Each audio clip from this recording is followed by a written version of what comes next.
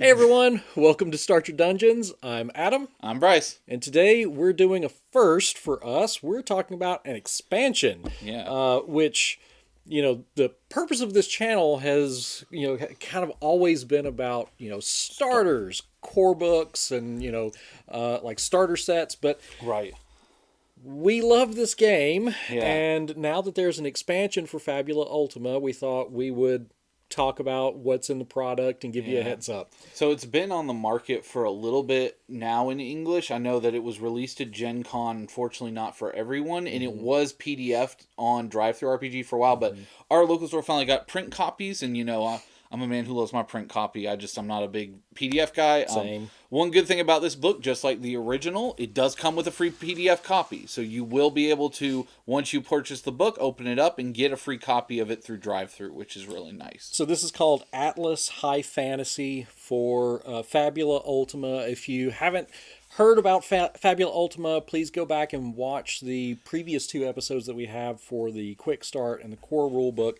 So Yeah. what's in this book? What makes this expansion so unique and interesting? So I didn't know going in what to expect. I knew there were 4 new classes in it. I knew this Atlas idea, is an interesting idea because unlike a lot of other games where you have a core rulebook and maybe like a player's handbook and stuff, the way that I'm gonna probably butcher it, Emmanuel Galetto has decided, and I apologize again if I butchered your name.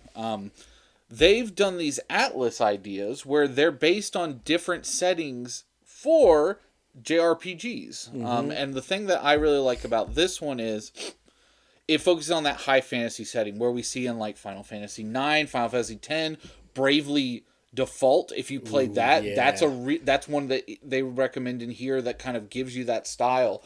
So it's following that style and giving you kind of an additional little piece to add to your already core copy. What's nice is we come with 4 new classes in this one. We've got the Chanter, the Commander, the Dancer, and the Symbolist. And I think out of all of them, I love the Dancer a lot. And I know you like the Symbolist because it's literally like a magic painter almost. Really cool idea. We've got 10 high fantasy locations. So something that was really great about the Fabula Ultima core book, you have all that world building engine. This gives you a little bit of world building based on traditional settings and places found in high fantasy kind of settings. New ways to create your own custom weapons and ultimate weapons, which I love the simplicity of the weapons in this game. I think it was easy to build your own, but now here's some little bit of guidelines. Yeah.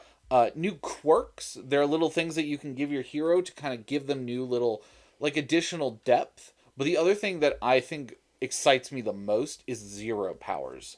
What is that all about? So zero powers is a new thing that you get to kind of build and choose for your character. And what happens is you gain points using the clock system for yourself based on actions that you predetermine. So it might be things like every time you heal an ally or every time you take damage, you gain a point. When you get enough of them, they recommend 6, I believe, for it. You get to do an ultimate ability, which could be something as making your dice go up to the next level for a little while. It could be doing a massive spell. It could be really anything. There are guidelines for it in here, but I think it has so much flexibility in it. You could do whatever you kind of want, but I think it's a very cool thing that we see in older Final Fantasy games where we had, your meter's all the way charged up. You can do your ultimate ability now, and I think Like that's limit breaks yeah. and things like that. So I think that's a really cool idea they've added. And then the other thing they've done, and I've really liked, they put this in here, was 5 archetypal villains that could be leads for a campaign, which is a really cool idea. And and what's really nice is they scale a little bit. So the first one is like a pirate captain, and the last one is like a Cthulhu god, like fighting creature thing of darkness. So like it really works, and you could use this as a whole campaign booklet and kind of build your adventure with it. So if you want to do like a Fantasy Star 4 thing where it's like the end of the galaxy kind of thing, yeah. The thing that grabbed me was that, I mean, this book came out relatively quickly after the core book. I think it's been worked on a lot in the background. I am not on their Patreon, but I know a buddy of mine is, and he said specifically that the Patreon has tons of stuff. So if you do like this game, go check out the creators' Patreon. They do a lot of really cool things, talk about their ideas and for these Atlas books, which it looks to be there's going to be like 3 or 4 more apparently coming out. Sounds great. Yeah. So, yeah, just, wanted to share that with everyone and, let you know that this is available in stores now. If you like the PDF, that it is available on DriveThruRPG. And what I'll say about this, for anyone, we usually talk about the value of this. The value of this book is, in my opinion, worth it. So MSRP for this book is $25. That's so good. It's so good, but what I think I want to talk about to like finalize this kind of talk is, I will stand firm now and say this is the gold standard for how I think expansion books should be done for role-playing games. And my reason for that is it doesn't fill with a ton of garbage. It's not adding stuff that you don't need. There's a lot of new information. It really bleeds its setting. So if you don't like high fantasy, you don't need this book. But I still recommend it as a great buy for the abilities, especially the zero powers. I think that's such a cool little fun idea. Yeah. But I think that this standard of, instead of me paying $40 or $50 for a player's handbook 2 that has a bunch of stuff that I may or not like or anything, I think these bite-sized almost ways of doing it are amazing. And I think if you like Fabula Ultima, I think you should pick this book up. I definitely think that the value is there, and just the sheer ability to take, it's literally, I think, 200 pages, but it's a quick read. Like, I flipped through it really quickly last night and kind of read everything, and it just really grabbed me, and it just made me go, man, I've spent twice as much on expansion books for RPGs and been disappointed. Yeah.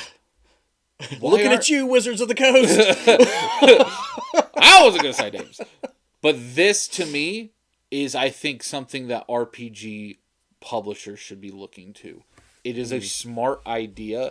You don't need to fill a book with a ton of stuff and charge me $60. Charge me $25. Give me a few options. Hell, split it up if you want. Be like, hey, we're going to split these books up. Yeah, if I got to buy all of them for $60, I do. But if there's, hey, these classes are in this one for all the martial, and here's all the spellcaster ones, and it's $30 for each book. Well, if I never play a spellcaster, I don't need the spellcaster book. That's right. Like, I don't know.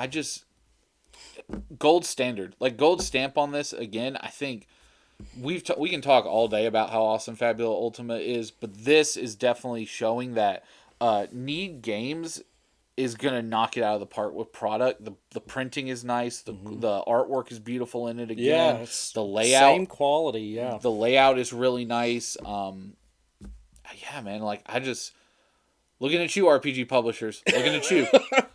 New standard. Yeah, learn from this. This is amazing. All right. Well, I hope you pick it up and enjoy. Yeah, absolutely. If you do pick it up, let us know in the comments, what your new favorite thing is about it. Or if you do have a favorite high fantasy setting, let us know about that in the comments as well. But until next time, y'all take care. Bye.